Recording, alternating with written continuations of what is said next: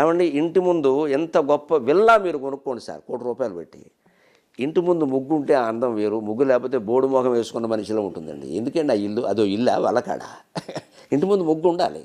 ఈ చుక్కల్ని కలిపి రథం తయారు చేయడంలో ఆధ్యాత్మిక కోణం ఏమిటంటే, సరిగ్గా అమ్మవారు ఆకాశంలో ఉండే చుక్కలన్నీ కలిపి ఈ సృష్టి తయారు చేసింది. ఆవిడ వేసింది చుక్కల ముగ్గు. ఈ 3 కోణాలు ఉన్న సంస్కృతిని మీరు ఇవాళ యువతరానికి అందించకపోతే మందా తప్పు వాళ్ళదండి, మందే తప్పు. వాళ్ళకి ఎలా అందించాలో అందించి వాళ్ళు ఇంగ్లీష్ మీడియం, ఇంగ్లీష్లోనే చెప్పు, ఏమైంది విషయం ఒకటే కదా, వాళ్ళకి అర్థమయ్యేలా చెప్పు, ఎలా ఉపయోగపడుతుందో చెప్పు. అంతేగాని